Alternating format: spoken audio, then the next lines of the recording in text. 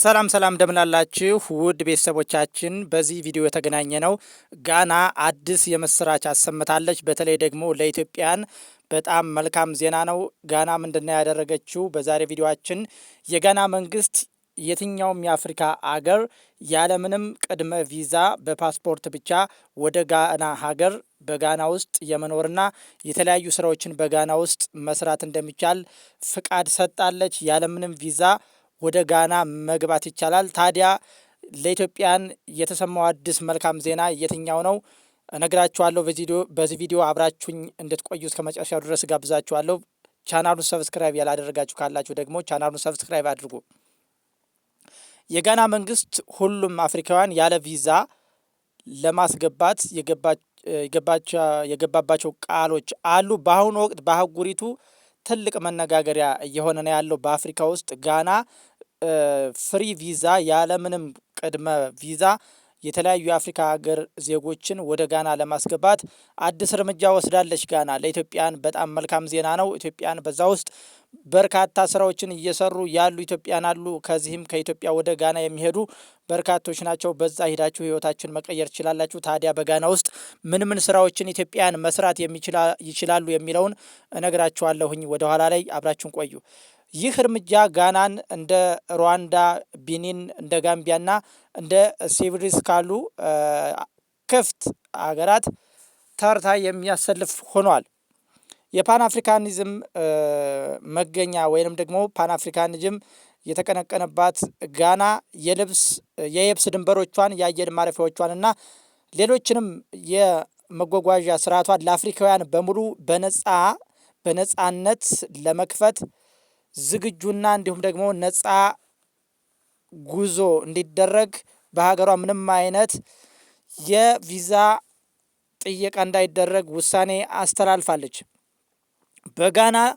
ጋናን ለመጎብኘት አሊያም ደግሞ በጋና ውስጥ ስራ ለመስራት በፓስፖርት ብቻ እንደ ቪዛ ያሉ ነገሮች ሳያስፈልጉ በፓስፖርት ብቻ በጋና ውስጥ ገብተው መስራት ይችላሉ ነው የተባለው። የጋና ፕሬዚደንት ናና አኩፌ አዶ በቅርቡ ባደረጉት ንግግር ጋና እስከ መጀመሪያ ድረስ ለሁሉም አፍሪካውያን የቪዛ መስፈርትን እንደምታነሳ በይፋ አሳውቀዋል። ይህ እቅድ በ2026 ሙሉ ለሙሉ ተግባራዊ የሆነ አህጉራዊ ትስስርን ለማጠናከር ያለመ ነው። ታዲያ በ2025 እና በ2024ም ነበር ፍንጭ የተሰማው። በ2026 ተግባራዊ ሆኗል። ይህ ውሳኔ በዝቅተኛ ወጪ የንግድ ስራን ለማቀላጠፍ፣ ቱሪዝምን ለማነቃቃትና የአፍሪካ አህጉራዊ ነጻ የንግድ ቀጠናን ስምምነትን ለማገዝ የታለመ ስልታዊ እርምጃ ነው ተብሏል። የፖሊሲው ዋና ዓላማ ጋና ይህንን ለማድረግ የወሰነችባቸው ዋና ዋና ምክንያቶች አሉ። የኢኮኖሚ እድገት አንደኛው ነው። ቪዛ መቅረቱ የአፍሪካ ነጋዴዎች ያለምንም እንቅፋት ወደ ጋና እንዲገቡና ኢንቨስት እንዲያደርጉ ይረዳቸዋል። ኢትዮጵያውያኖችም በዛ አሉ። ቱሪዝም አንደኛው ነው። ቱሪዝም ዘይር ኦፍ ሪተርን በሚል ዘመቻዋ የምትታወቀው ጋና አሁን ደግሞ ለአፍሪካውያን በሯን በመክፈት የቱሪስት ፍሰቱን በእጥፍ ለማሳደግ ማለሟን የተሰማው። የአፍሪካ አንድነት ፓን አፍሪካኒዝምን ያጠናክራል ተብሏል። ሌላኛው ጋና በታሪኳ ለአፍሪካ አንድነት ያላትን ቁርጠኝነት በተግባር ለማሳየት የወሰደችው እርምጃ መሆኑ ነው የተመላከተው። ከዚህ ቀደም የነበረው ሁኔታ እስካሁን ባለው አሰራር የምዕራብ አፍሪካ ሀገራት ኢኮዋስ ማለት ነው ዜጎች ያለ ቪዛ ወደ ጋና መግባት ይችሉ ነበር። አዲሱ ውሳኔ ግን ይህንን መብት ለሰሜን፣ ለደቡብ፣ ለምስራቅ፣ ለመካከለኛው አፍሪካ ዜጎች ለምሳሌ እንደ ኢትዮጵያን በሙሉ ኢትዮጵያን ጭምር የሚዳስስ ይሆናል ተብሏል። ተግባራቶቹና ስጋቶች አሉ። ምንም እንኳን ጥቅሙ የጎላ ቢሆንም ጋና ይህንን ስታደርግ የሚከተሉት ነጥቦች ታገናዝባለች ተብሎ ይታሰባል። ድህነት፣ የድንበር ቁጥጥርን በቴክኖሎጂ በማዘመን ወንጀለኞች እንዳይገቡ በወንጀል የተጠረጠሩ ሰዎች ወደ ጋና እንዳይገቡ መጠንቀቅ ሊኖርባት ይችላል ተብሏል። ሌላኛው ገቢ ነው። ከቪዛ ክፍያ የምታገኘውን ገቢ ብታጣም በቱሪዝምና በንግድ የምታገኘው ገቢ እንደሚበልጥ ነው ያመነችው ጋና። ታዲያ ይህ መሆኑ ለኢትዮጵያን ምን እድል ይዞ የመጣ የሚለውን እነግራችኋለሁኝ። በ2026 ጋና ይህንን ቃል በመግባቷ በተሟላ መልኩ ተግባራዊ ስታደርገው አፍሪካውያን ተጓዦች አውሮፕላን ማረፊያ ላይ በሚደርሱበት ወቅት ፓስፖርታቸውን ብቻ በማሳየት የ30 ወይም የ90 ቀናት የመቆያ ፍቃድ በማግኘት ስራም ማግኘትና ማፈላለግ ይችላሉ ተብሏል። በጋና ውስጥ የመስመር ላይ ማመልከቻ ወይም የቪዛ ክፍያ ሂደት መቀየር ይችላል ተብሏል።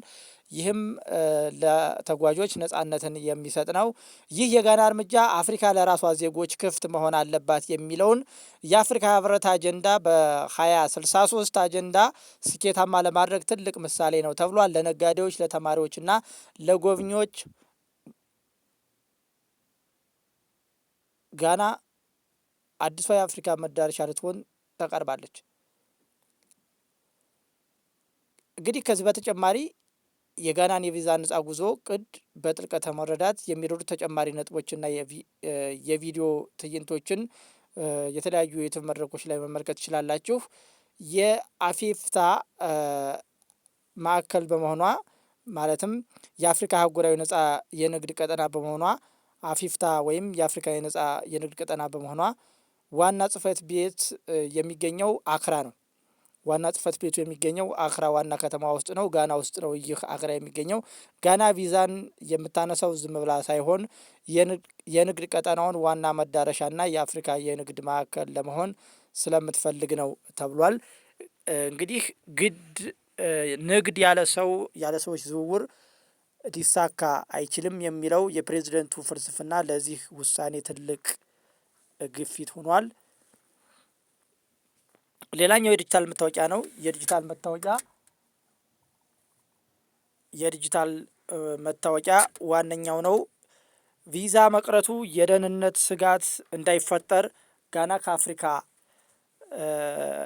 ጋር ያላትን ግንኙነት እንድታጠናክር የሚያደርግ ወይም የተቀናጀ የዲጂታል መታወቂያ ስርዓትን ለመጠቀም አቅዳለች ነው የተባለው። ይህ ማለት ቪዛ ባይኖርም ተጓዦች በኤሌክትሮኒክ መንገድ ቀድመው የሚፈተሹበት አሰራር ሊኖር ይችላል ነው የተባለው። ለቪዲዮ የሚሆኑ ተጨማሪ ማለትም የተለያዩ እንትኖችን በቪዲዮ የሚጣራበት መንገድ አለ፣ ፍተሻ ላይ ማለት ነው። ፍተሻ ላይ ከዲጂታል መታወቂያ በተጨማሪ ባዮሜትሪክም አለ።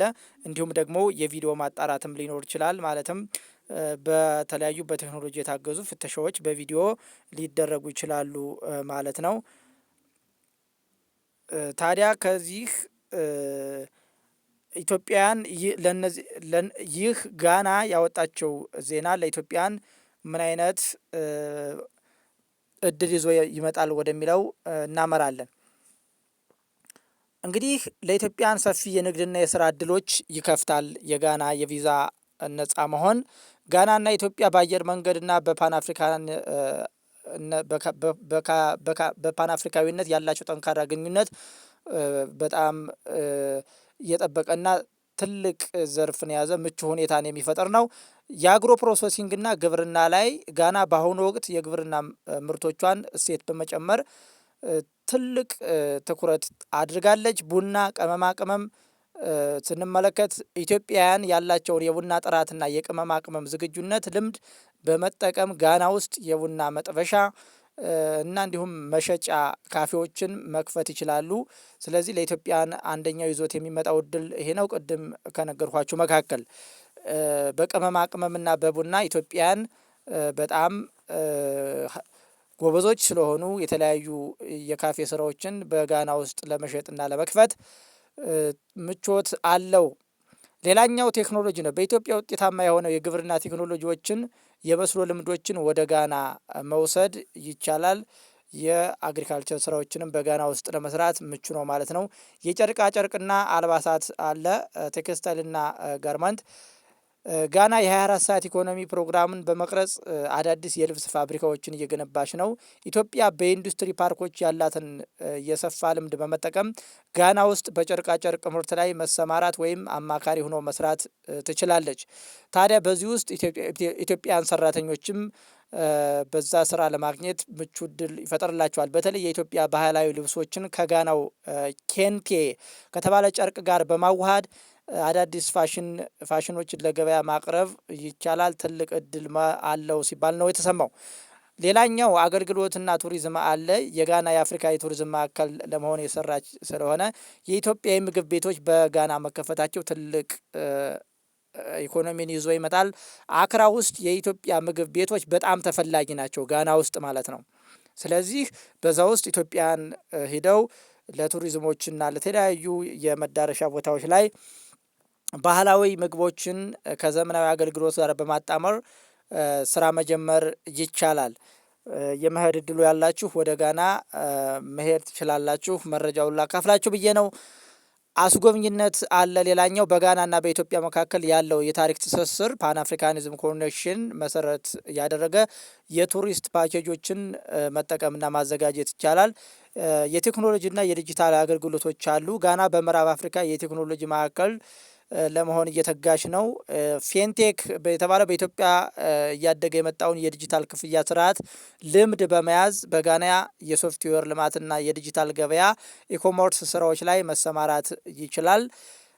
ሌላኛው ንግድ ነው። የአፍሪካ ነጻ የንግድ ቀጠና አፊታ ዋና ጽሕፈት ቤት ጋር ውስጥ ዋና ጽሕፈት ቤቱ ጋና ውስጥ በመሆኑ የአፍሪካ ነጻ የንግድ ቀጠና ጽሕፈት ቤቱ አፍሪካ ውስጥ ጋና ውስጥ ነው ያለው። ስለዚህ አፊታ ይባላል።